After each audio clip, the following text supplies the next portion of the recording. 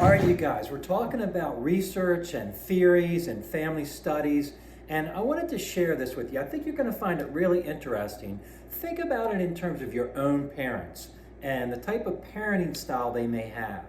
So what the research tells us is that there's really three types of parenting styles. One is permissive, and permissive parents are very lax and lenient with their children. They let them go to bed when they want to go to bed. They let them eat what they want to eat. They're very hands-off in terms of their discipline and their approach to parenting. All the way on the other end of the scale is what they call authoritarian, or what I like to call dictatorial parents. These are parents who demand that their children do exactly what they say, when they say it, and get it done right away, right? They're really hard on their parents, on their children, and they expect a lot of their children. And then somewhere in between these two styles is what we call authoritative. And these are parents that sort of use a little bit of both, right? They allow their children to make mistakes, they step away a little bit, they let their children make choices for better or for worse, but when their child gets in trouble or needs help, the parent is there to give them some structure, okay? And so think about your own parents, and it's very possible that your two different parents fall on two different styles. In fact, it's fascinating to watch. We see this particularly in divorce cases, this thing called triangulation. And triangulation, and this represents a child right here, okay? And here's one parent, here's the other parent, okay? Now, what happens with triangulation is a child will go to one parent to get what they want, and then if they don't get what they want, they may go to the other parent. Let me use an example.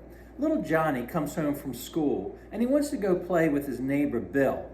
And so his dad happens to be home, and he goes to his dad, who has a dictatorial parenting style, very, very much more rigid and controlling than mom.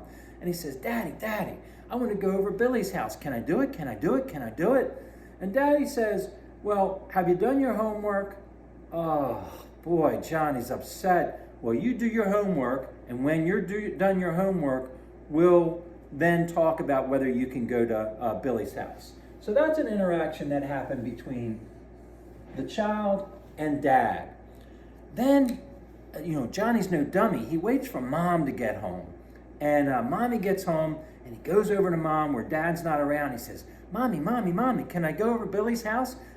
His mommy said it's okay, and they're going to give me dinner. Can I do it? Can I do it? Can I do it? And mommy, who tends to be more permissive, says, sure, honey, go on over. Why don't you be home by 7 o'clock, okay? And Johnny says, great. And off he runs to Billy's house. Well, an hour goes by, and dad's thinking, oh, why is it so quiet in the house? And he goes looking for Johnny, and Johnny's nowhere to be found. So he goes to his wife, and he says, sweetie, where's Johnny?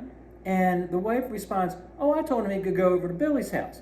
And the husband responds, you what?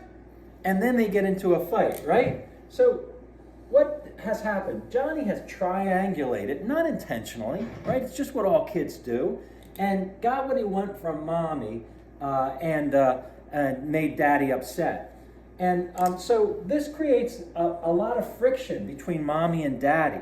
And again, we see it a lot in divorce cases, where the more permissive parent who becomes more permissive makes the other parent more authoritarian or dictatorial, and the more dictatorial that other parent gets, the more permissive the permissive parent gets. And so when I'm working with couples that are exhibiting this particular phenomena, I use a metaphor for them. I tell them, imagine your child is in a swimming pool, and the water is about up to their chest, right? And they're in the middle of the pool, and you ask them to come to the side of the pool. Well, in order to get to the side of the pool, the child really has to start struggling just to sort of move and get some momentum in the water before they can actually really get going to the side of the pool. If, on the other hand, the child is at the side of the pool, and you say to the child, I want you to go to the other side of the swimming pool, all the child has to do is dip under the water and push off the side of the wall and float seamlessly across the pool to get to the other side. This is a metaphor that I use to explain to parents. When you guys are totally separate in your parenting styles, it's like your child is in the middle of the swimming pool. with not a whole lot to push off. But if you guys can get together in your parenting styles and approach, you're really producing a nice wall for your child to push off and move through life seamlessly. And this is why research is really useful in family studies. It gives us some ideas and it describes a phenomena, and then it offers techniques to help people who are struggling.